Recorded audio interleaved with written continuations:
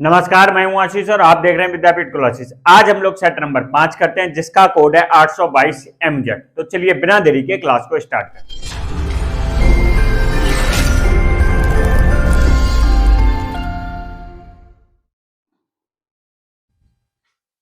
अब देखिए, देखते हैं क्वेश्चन नंबर फर्स्ट का पार्ट। क्वेश्चन नंबर फर्स्ट का पार्ट अपने लोग इसका सोल्यूशन करते हैं। ये देखिए, कह रहा है 15, 18 और 24 का एलसीएम लासा है। ऑप्शन है आपका 90, 120 और 240 और 360। अब देखिए, दी गई संख्याएं का अपने लोग क्या करते हैं, एलसीएम निकालते हैं। कौन कौन जी है? 15, 18 और 24। 15, 18 और 24। अब सबसे पहले क्या करेंगे हम लोग, 2 से करेंगे तो कितना आ जाएगा? 2 से देखो 15 जाएगा नहीं, डिवाइड होगा नहीं, तो कौन सा 18 चला है? 2 नेम 18, 9 से भाग जाएगा। फिर 24 में कितने जाएगा? 12, 12 दूनी 24। जिससे नहीं जाता उसको हम छोड़ देंगे। आप देखेंगे फिर 2 से चला जाएगा कौन सा? 12। 2 से जाएगा, 15 जाएगा नहीं, फिर 9 जाएगा नहीं, और ये 2 से जाएगा कितना? 6 बार। फिर 2 से करेंगे, अब कितनी बार जाएगा? 15 जाएगा नहीं और 9 जाएगा नहीं। जो नहीं जाएगा उसको हम एज इट इज छोड़ देंगे, और जो जाएगा, जैसे 6 जाएगा, 6 कितनी बार जाएगा? 3 बार, 3 दूनी 6। अब क्या करेंगे? 2 से कुछ नहीं जाएगा, यानी कि ना 15 जाएगा, ना 9 जाएगा, फिर ना ही 3 जाएगा। अब हम क्या करेंगे? 3 से डिवाइड करेंगे। कितने? 3 बचे 15, 5 बार गया, और 3 त्रिका 9 और 3 एकम 3। फिर 3 से करेंगे, 5 जाएगा नहीं, अब 3 एकम 3 और ये 1 हो जाएगा। अब किससे जाएगा? 5 से। 5 एकम 5 और 1, और ये कितना हो जाएगा? 1। अतः एलसीएम बराबर कितना हो जाएगा? एलसीएम बराबर हो जाएगा, कितना हो जाएगा? 2 इंटू 2, 2 इंटू 2 इंटू 2। कितनी बार है? 2, 1, 2, 3। 2 इंटू 2, और फिर 3 इंटू 3। 3 कितनी बार है? 2 बार, और इंटू 5। तो ये हो जाएगा 2 दूनी 4 दूनी 8, यानी 2 की पावर 3 है, 3 की पावर 2 है, इंटू 5 है। 2 की पावर 3 8 होता है, 9 होता है, और ये 5 होता है। ये हो जाएगा कितना? 9 अपना 8 नियम 72, और इंटू 5। 5 दूनी 10 की 0 हासिल, 1 5 7 35 और 1 36। ऑप्शन कितना आ जाएगा? अतः 100 कितना आ रहा है एलसीएम इनका? 360। अतः विकल्प फोर्थ सही है। अतः विकल्प फोर्थ सही है। इसको कर लीजिए, फिर आगे बढ़ते हैं।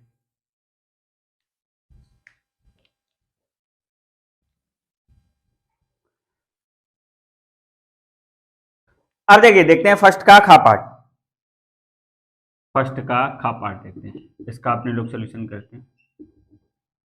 फर्स्ट का खा पार्ट ये देखिए, दिया है बहुपद 3 यानी 3x² प्लस 5x माइनस का 2 के शून्यंकों का योगफल है। तो सबसे पहले जो दिया गया बहुपद वो लिख लेंगे। दिया गया बहुपद, दिया गया बहुपद कितना है? 3x² प्लस 5x यानी कि माइनस का 2 के शून्यंकों का योगफल। देखिए, ax² प्लस का bx प्लस c बरा c से तुलना करने पर तो a बराबर ये हो जाएगा 3, b बराबर ये हो जाएगा 5 और c बराबर -2। माना दिए गए बहुपद के शून्यक अल्फा तथा बीटा हो तब शून्यंकों का योगफल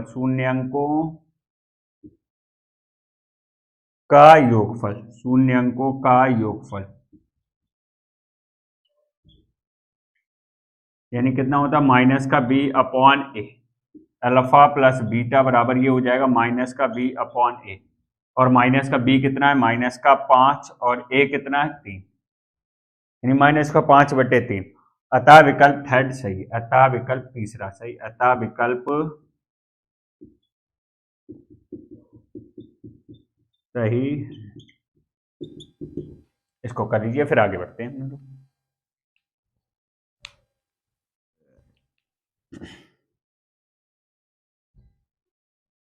अब देखिए, देखते हैं फर्स्ट का गा पार्ट। फर्स्ट का गा पार्ट, इसका अपने लोग सॉल्यूशन करते हैं। ये देखिए दिया है, बिंदु 3,4 के मूल बिंदु से दूरी है। तो देखिए बिंदु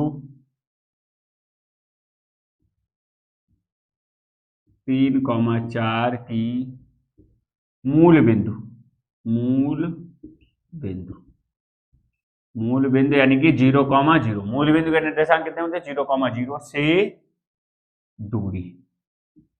अब अपने लोग दो बिंदुओं के बीच की दूरी का फार्मूला लगा दें। ये हो जाएगा x2 माइनस का x1 का होल स्क्वायर प्लस का y2 माइनस y1 का होल स्क्वायर प्लस का y2 माइनस y1 का होल स्क्वायर।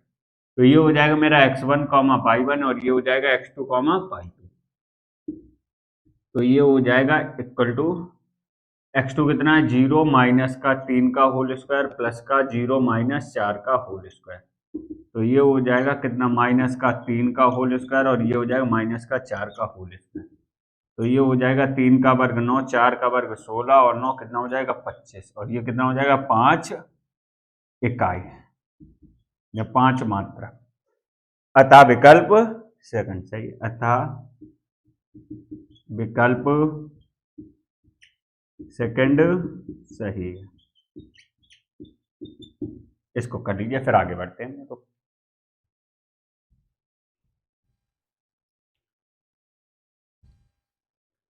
अब देखिए, देखते हैं फर्स्ट का घा पार्ट, फर्स्ट का घा पार्ट, इसका सॉल्यूशन करते हैं।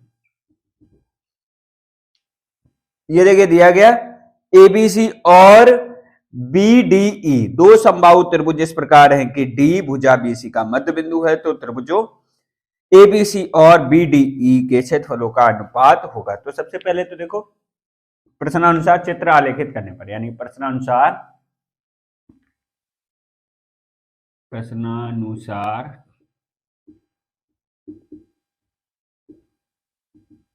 चित्र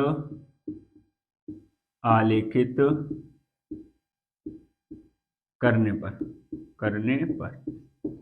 तो ये हो जाएगा। देखो, एक त्रिभुज एबीसी बनाया आपने लोगों ने, कैसा है? समबाहु ए बी और सी। और दूसरा कह रहा है कि बी डी ई, और डी है जो बीसी का मध्य बिंदु है। डी क्या है? बीसी का मध्य बिंदु, ये डी हो गया। हम लोग क्या करेंगे? एक ई बिंदु और है और ये दोनों कैसे हैं? समबाहु त्रिभुज। अब आप चित्र से देखेंगे, चित्र से कितना हो जाएगा? BC बराबर ट्वाइस BD, यानी कि ये 2 BD हो जाएंगे, आधा है इसका। तो ये कितना हो जाएगा? BD प्लस BD बराबर कितना हो जाएगा? BC हो जाएगा। अब देखिए, चूंकि त्रिभुज ABC कैसा है? समरूप है, सॉरी समबाहु है और समरूप भी हो जाएंगे। सभी समबाहु त्रिभुज कैसे होते हैं? समरूप होते हैं, BDE। और हम जानते हैं कि समरूप त्रिभुजों की संगत भुजाओं का अनुपात कैसा होता है? दो। हम जानते, लिख देते हैं, हम जानते हैं कि, हम सीधे लिखे देते हैं, हम जानते हैं कि दो समरूप त्रिभुजों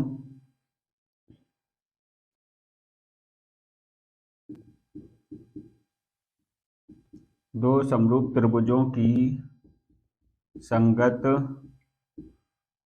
भुजाओं का अनुपात दो समरूप त्रिभुजों दो समरूप त्रिभुजों के क्षेत्रफलों का अनुपात, ऐसे करके लिखते हैं, दो समरूप त्रिभुजों के क्षेत्रफलों का अनुपात, दो समरूप त्रिभुजों के क्षेत्रफलों का अनुपात इनकी संगत भुजाओं के वर्ग के अनुपात के बराबर होती है, अनुपात के बराबर होती हैं। इसलिए क्या हो जाएगा? इसके बाद अपने लोग इधर करते हैं, इसलिए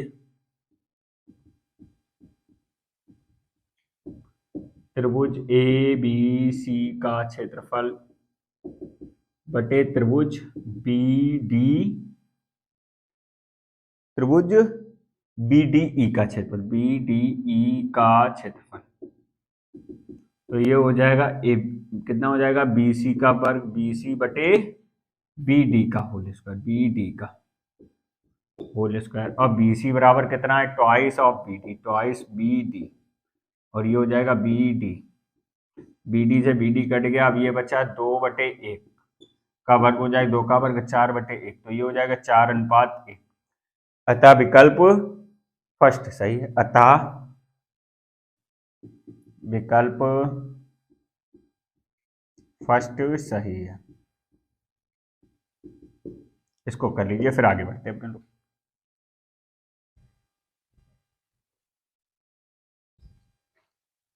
अब देखिए, देखते हैं फर्स्ट का पार्ट, यानी फर्स्ट का ये कह रहा है 1 - tan² 45 बटे 1 + tan² 45 बराबर है। देखिए 1 - tan² 45 और बटे 1 + tan² 45। देखिए हम एक फार्मूला जानते हैं, बी नो दैट, या फिर इसकी वैल्यू रख करके भी निकाल सकते हैं, दोनों मेथड से करवा देते हैं। तो हमने लोग एक फार्मूला जानते हैं, यानी कि 1 - tan² a बटे 1 + tan² a, ये होता है cos 2a।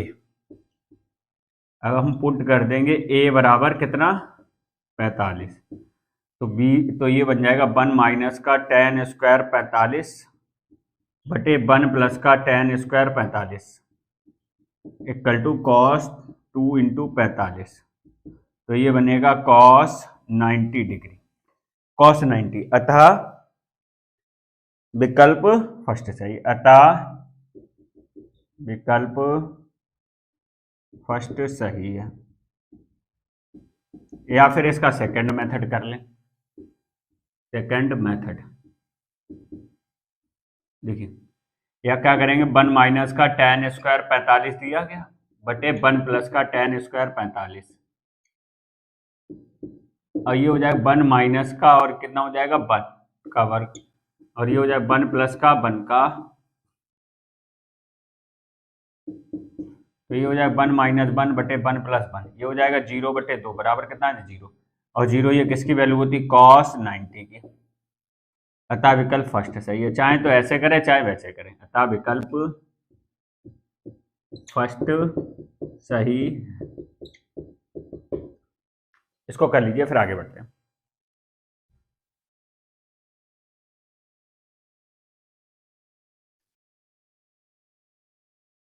अब देखिए फर्स्ट का चापाट देखते हैं, यानी फर्स्ट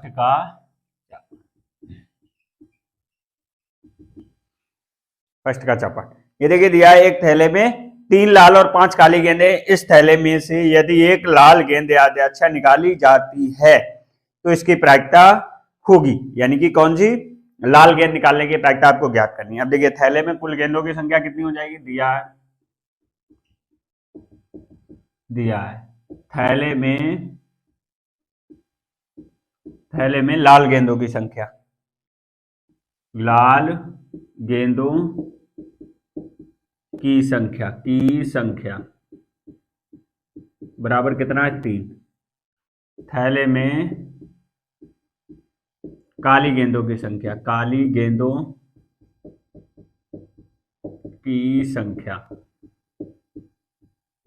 बराबर कितना है 5, कितना 5।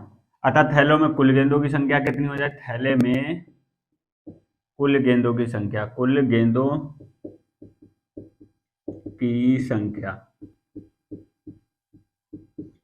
ये हो जाएगा 3 + का 5 = 8। अतः थैले से लाल गेंद निकालने की प्रायिकता, अतः थैले से लाल गेंद निकालने की प्रायिकता, कितनी हो जाएगी, ये हो जाएगा थैले से लाल गेंद निकालने के बाद, लाल कितनी है 3, और कुल कितनी है 8, 3/8 हो जाएगी। अतः विकल्प थर्ड सही है। अतः विकल्प थर्ड सही है। इसको कर लीजिए फिर आगे बढ़ते हैं।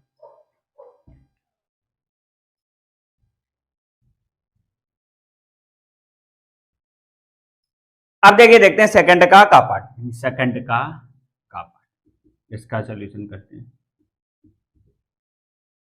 सेकंड का पार्ट ये देखिए दिया है, एक पासे को 2 बार फेंका जाता है, इसकी प्रायिकता क्या है कि कम से इसकी प्रायिकता क्या है कि 5 कम से कम एक बार आए। तो इसको करते हैं। देखिए 2 पासे को फेंकने पर प्राप्त प्रतिदर्श समिष्ट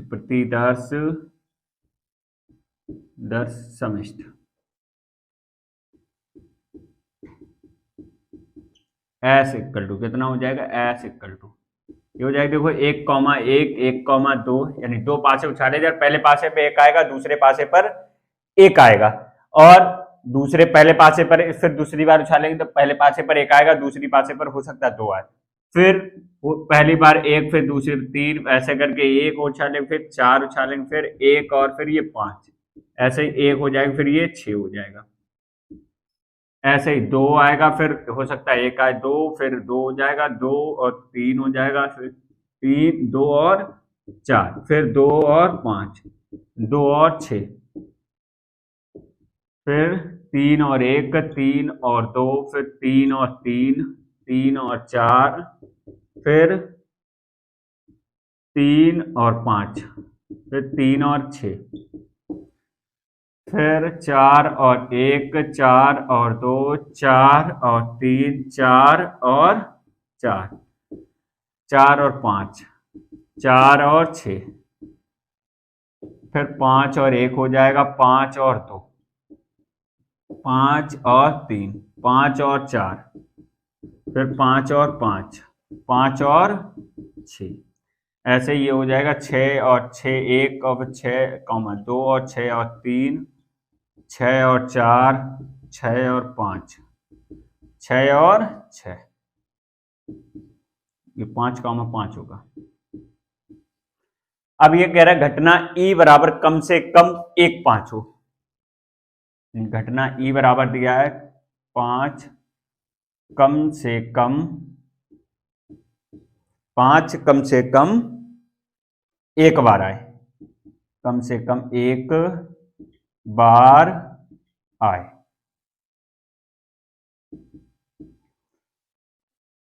तो ये E इक्वल टू हो जाएगा 5 कम से कम 1 बार आए, तो कौन सा होगा, एक तो ये होगा 5 यानी 1,5, फिर आएगा ये नहीं आएगा, फिर ये हो जाएगा 2,5, फिर 3,5, ऐसे 4,5, और ये हो जाए 5,5, फिर 6,5, और फिर ये वाली पूरी लाइन आ जाएगी, यानी 5, कितना हो जाएगा 5,1, फिर 5,2 5,3 5,4 5,5 लिख चुके हैं, 5,6 और लिखना 5,6।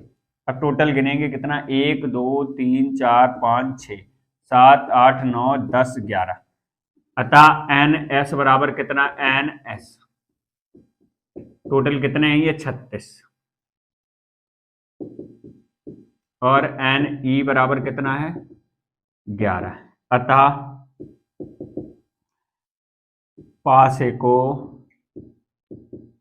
उछालने पर 5 कम से कम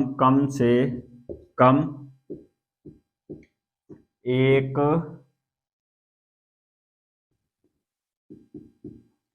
बार आने की प्रायिकता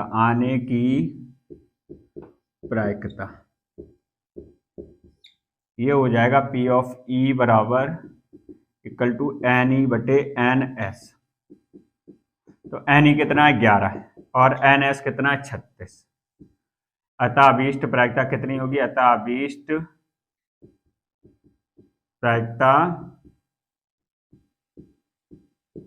11/36 होगी। इसको इतना कर लीजिए, फिर आगे बढ़ते हैं।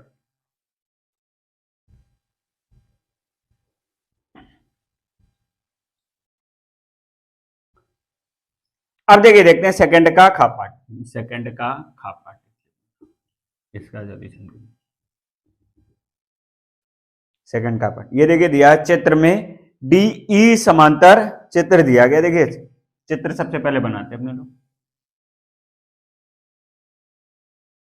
ये दिया गया है A B C, A B C, और ये डी ई समांतर है, डी ई। ये दिया है ए ई 2.7 सेंटीमीटर, 8.1 सीई दिया है, और बी डी दिया 10.8 सेंटीमीटर। कह रहा है चित्र में डीई समांतर बीसी भुजा एडी की लंबाई ज्ञात कीजिए, जबकि दिया गया है एई बराबर 2.7 सेंटीमीटर और 10.8 और सी बराबर 8 यानी 8.1 सेंटीमीटर। अब देखिए चित्र से क्या करेंगे, थेल्स की प्रमेय से, थेल्स की प्रमेय से। थेल्स की प्रमेय क्या कहती है? थेल्स की प्रमेय से यानी कि किसी त्रिभुज की एक भुजा के समांतर खींची गई रेखा अन्य दो भुजाओं को समान अनुपात में विभाजित करती है। तो ये हो जाएगा थेल्स की प्रमेय से ए डी बटे डी बी डी बटे ये हो जाएगा ए ई बटे कितना ई सी। तो ये हो जाएगा ए डी और ये हो जाएगा 10.8 और ये हो जाएगा 2.7 बटे 8.1। पॉइंट से पॉइंट हटाया तो ये, इसके बाद हम लोग इधर करते हैं तो ए डी बराबर ये हो जाएगा 27/81 इंटू 10.8। 27 से कम 27 तो यहाँ 81, तो ए डी बराबर ये हो जाएगा, पॉइंट हटाया तो ये हो जाएगा 108/30, नीचे जीरो बढ़ाया। अब कितने से जाएगा देखो, 3 से चला जाएगा, 3 त्रिका 3 दशामन 30 और 3 त्रिका 9, एक बचा 3 छक 18, फिर 2 से चला जाएगा, 2 पंचे 10 और 18 दूनी 36, यानी ए डी बराबर ये आएगा कितना 18/5, यानी ये हो जाएगा 5 3 15 और 3 और 5 छक्का 30, 3.6। अतः ए डी की लंबाई 3.6 सेंटीमीटर होगी। इसको कर लीजिए, फिर आगे बढ़ते हैं।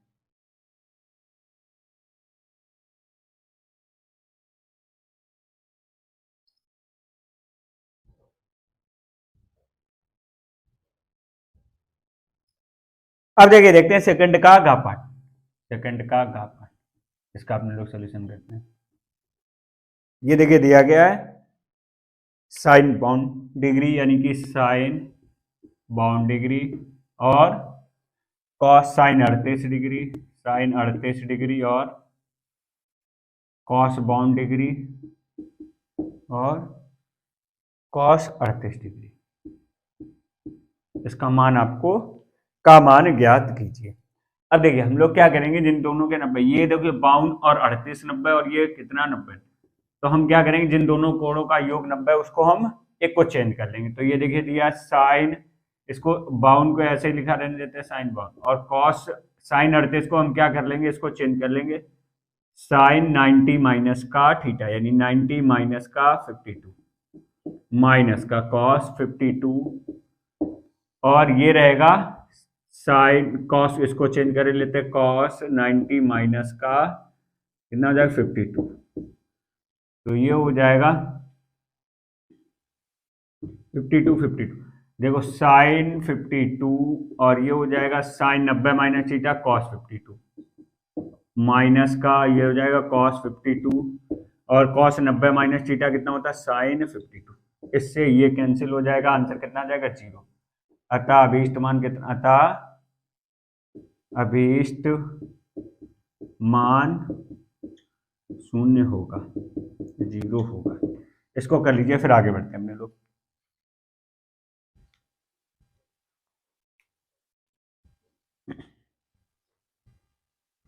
अब देखिए देखते हैं सेकंड का घापाठ, सेकंड का घापाठ, इसका हम लोग सोल्यूशन करते हैं। ये देखिए दिया गया समांतर श्रेणी 21, 18, 15 का 15वां पद ज्ञात कीजिए। तो सबसे पहले दी गई श्रेणी लिख लेते हैं, यानी दी गई श्रेणी कितनी है, 21, 18, 15। यहां देखिए हो जाएगा श्रेणी का प्रथम पद, श्रेणी का प्रथम पद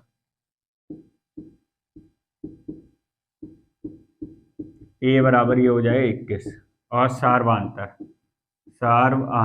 कितना हो जाएगा, डी इक्वल टू कितना हो जाएगा, 18 माइनस 21, बोले तो माइनस का 3। देखिए हम जानते हैं कि समांतर श्रेणी का अनुपात था, हम जानते हैं कि समांतर श्रेणी का अनुपात, समांतर श्रेणी का अनुपात टी एन बराबर कितना होता है, A plus N minus 1 into D. अब देखो ए मेरा कितना 21 है ना, और एन मेरा कितना है, कौन सा निकालना, 15वां पद, इसलिए T15 यानी 15 माइनस 1, और डी कितना है माइनस का 3। तो ये हो जाएगा भाई साहब 21, और ये हो जाएगा 14, और इंटू माइनस का 3, तो हो जाएगा 21 और ये 14 3 42, तो बचेगा माइनस का 21। अतः श्रेणी का 15वां पद माइनस का 21 होगा। इसको कर लीजिए, फिर आगे बढ़ते अपने लोग।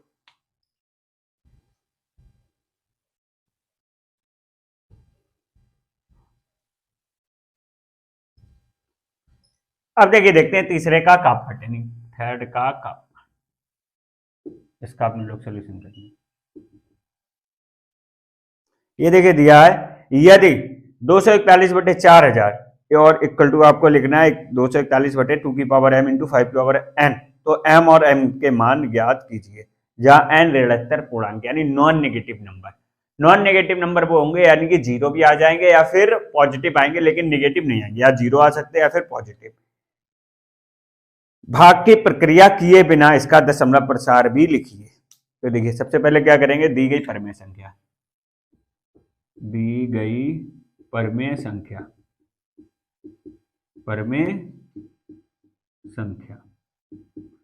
कितना है, 241/4000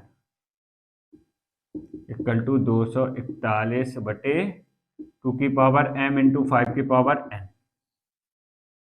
अब हम लोग क्या करेंगे, 4000 का फैक्टर कर लेंगे इधर साइड से, 4000, तो ये रहेगा, पहले 2 से जाएगा तो 2000 आ जाएगा, फिर 2 से जाएगा 1000 आ जाएगा, फिर 2 से जाएगा 500 आ जाएगा, फिर 2 से जाएगा 250 आ जाएगा, 2 से जाएगा 125 आ जाएगा, फिर 5 से जाएगा 25 आ जाएगा, और फिर 5 से जाएगा 5 बार, फिर 5 से 1 बार, और ये हो जाएगा 4000 के गुणनखंड कितने हो जाएंगे, इसको ये हो जाएगा 1 2 3 4 5, यानी 2 की घात 5 और 1 2 3 5 की घात कितना हो जाएगा 2, तो ये हो जाएगा 241/4000 कितना लिख सकते हैं, 2 की घात 5 और इंटू 5 की घात 2, 241/2 की पावर m इंटू 5 की पावर n।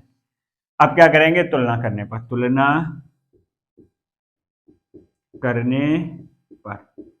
तो m बराबर आपका आएगा कितना 5 और n बराबर कितना आएगा 2, और यही आपके आंसर है। अब हमें कह रहे हैं बिना भाग प्रक्रिया किए बना बताइए दशमलव प्रसार। आप क्या निकालना,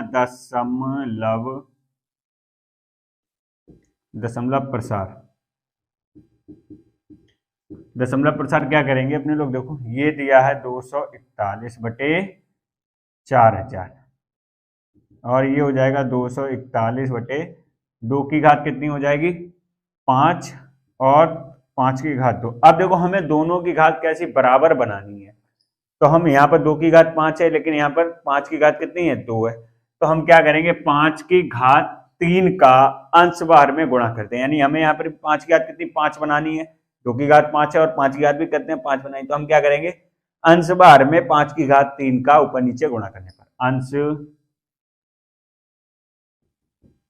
बाहर में 5 की घात 3 का गुणा करने पर, तो ये हो जाएगा 241 बटे 2 की घात 5 इंटू 5 की घात 2, और 5 की घात 3 का हमने ऊपर भी गुणा कर दिया, 5 की घात 3 का ऊपर, तो ये हो जाएगा 241 इंटू 5 की घात 3 होता है 125, और ये हो जाएगा 5 की घात 3 का कितना होता है 125, तो यहाँ पर 5 की घात 3 नहीं 5 की घात 3 हो जाएगा, 1 2 3, और n बराबर कितना होगा 3, 5 की घात 3, अब यहाँ पर 3 हो जाएगा, तो 5 की घात 2 से ऊपर नीचे गुणा करेंगे तभी क्या, 5 की घात 2, ये 3 पहले ही से दिया गया 5 की घात 2 से, तो 5 की घात 2 हो जाएगा 125, और ये हो जाएगा 2 की घात 5 इंटू 5 की घात 5, तो ये हो जाएगा 225, और ये हो जाएगा 241 इंटू 25 कितना 60 25, और ये हो जाएगा 2 इंटू 5 की पावर 5, तो ये हो जाएगा 60 25, और ये हो जाएगा 5 दूनी 10 की घात 5, ये हो जाएगा 60 25, और 10 की घात 1 2 3 4 5, जितने कितने हैं 5 जीरो आएंगे, तो 5 अंक के बाद 0.1 2 3 4, और ये 1 जीरो और आएगा 0.00625, अतः 241 बटे 4000 का दशमलव प्रसार कितना होगा 0.02625 होगा। इसको कर लीजिए, फिर आगे बढ़ते हैं अपने लोग।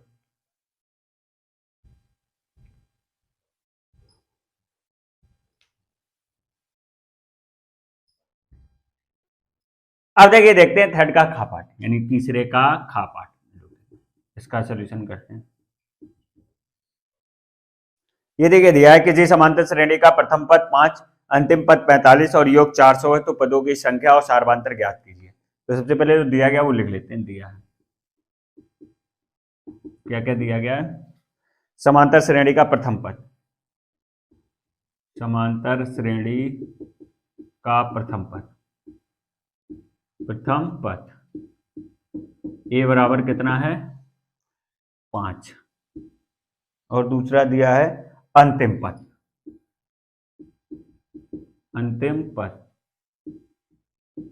ये L बराबर आपको दिया गया है कितना 45, और दिया है योग SN बराबर कितना है 400।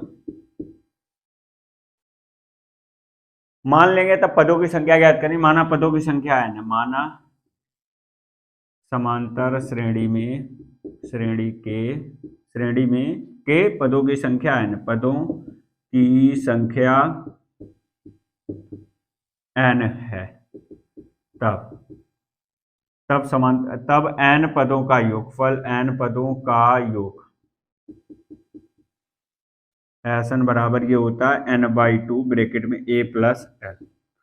तो ये कितना है 400, और ये n/2, और a कितना है 5, और l कितना है 45, तो ये हो जाएगा 800, 400 दूनी 800, और ये n इंटू 45 और 50, तो ये हो जाएगा 50, n इक्वल टू कितना हो जाएगा 800, 0 से 0 कट गया, 8 5 कम 5, और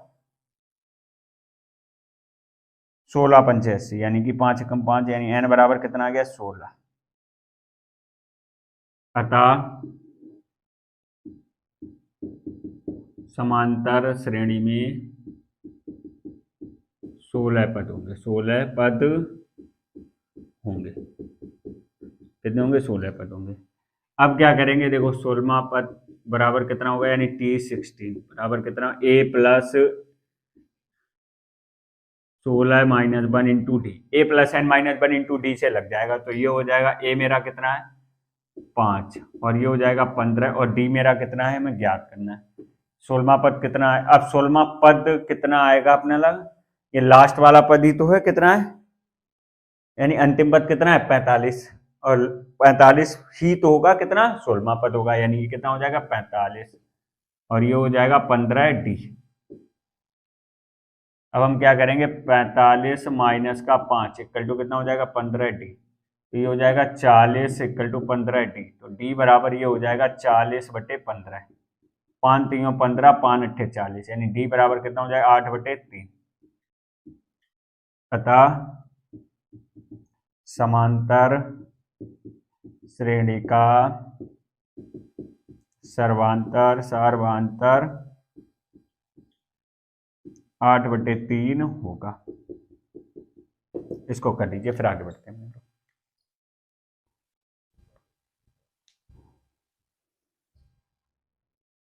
अब देखिए, देखते हैं थर्ड का पार्ट, यानी तीसरे का पार्ट हम लोग देखते हैं, इसका सोल्यूशन करते हैं। ये देखिए दिया गया, वह अनुपात ज्ञात कीजिए जिसमें बिंदुओं -3, 10 और 6, -8 को मिलाने वाली रेखाखंड बिंदु -1, 6 द्वारा विभाजित होता है। तो हम लिख लेंगे माना बिंदु -1, 6 बिंदुओं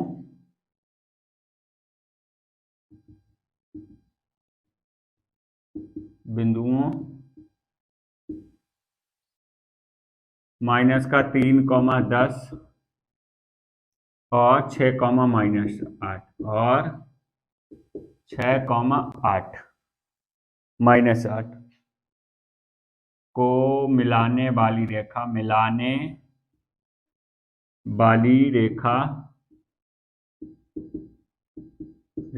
को के अनुपात बन के अनुपात में विभाजित करता है। के अनुपात बन के अनुपात में विभाजित करता। तब अंतः विभाजन के सूत्र से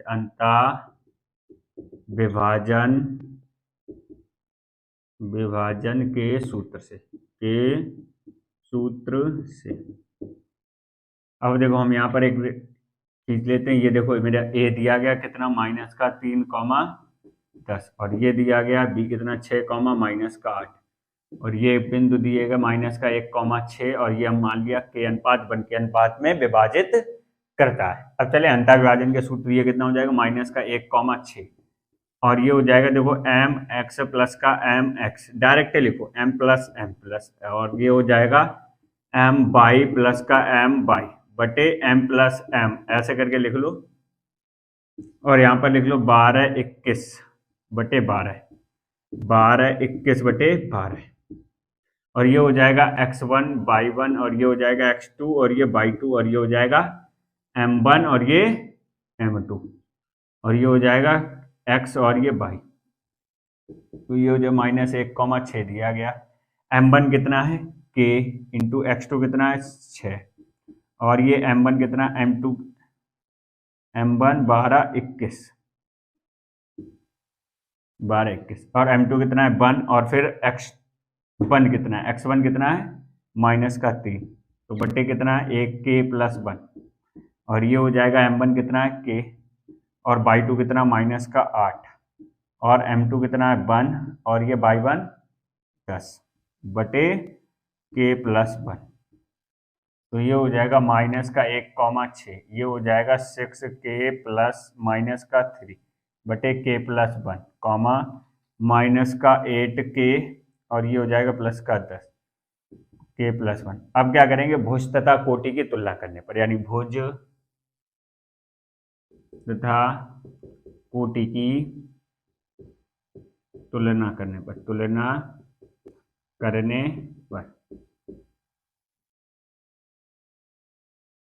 तो ये हो जाएगा -1 इक्वल टू कितना हो जाएगा 6k -3 अपॉन k + 1 इस बटे 1 करेंगे, इसका इधर मल्टीप्लाई करेंगे तो ये हो जाएगा -k -1 equal to 6k + 3 sorry -3। इसको इधर ले जाएंगे तो ये हो जाएगा कितना 3 -1 और ये हो जाएगा 6k + k तो ये हो जाएगा 7k इक्वल टू 2 k बराबर कितना हो 2/7 और k अनुपात 1 अपने चाहिए तो k अनुपात 1 बराबर कितना 2/7 k अनुपात 1 बराबर 2:7। अतः अभीष्ट अनुपात कितना होगा, अभीष्ट अनुपात 2:7 होगा। अब देखिए चाहे भुज से भी निकालिए और कोटि से भी निकालेंगे, इसकी 6 की इससे तुलना करें तब भी कितना आएगा, इतना ही आएगा 2:7। तो हमें एक सही आंसर मिल गया, तो आगे क्यों सॉल्व करें, इसको कर लीजिए फिर आगे बढ़ते हैं।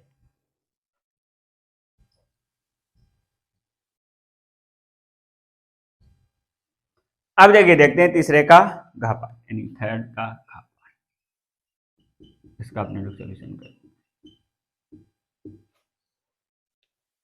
ये देखिए दिया है दो घनों जिसमें से प्रत्येक घन का आयतन 343 घन सेंटीमीटर है के संलग्न फलकों को मिलाकर एक ठोस बनाया जाता है, इससे प्राप्त घनाभ का पृष्ठीय क्षेत्रफल ज्ञात कीजिए। ठीक है, जो सबसे पहले दिया गया हम वो लिख लेते हैं। दिया है घन का आयतन, घन का आयतन, आयतन कितना है 343 सेंटीमीटर क्यूब। अब हमसे कह रहा है कि अब हम देखो मान लेंगे, माना घन की भुजा कितनी, माना घन की भुजा ए है, तब घन का आयतन कितना हो जाएगा, घन का आयतन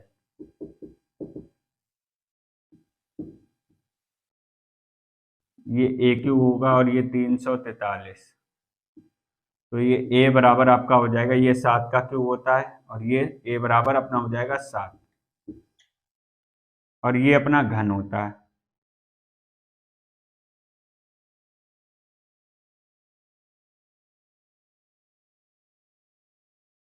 अब कह रहे हैं दो घनों को मिलाकर एक ठोस बनाया जाता है, यानी एक और घन बना दिया गया।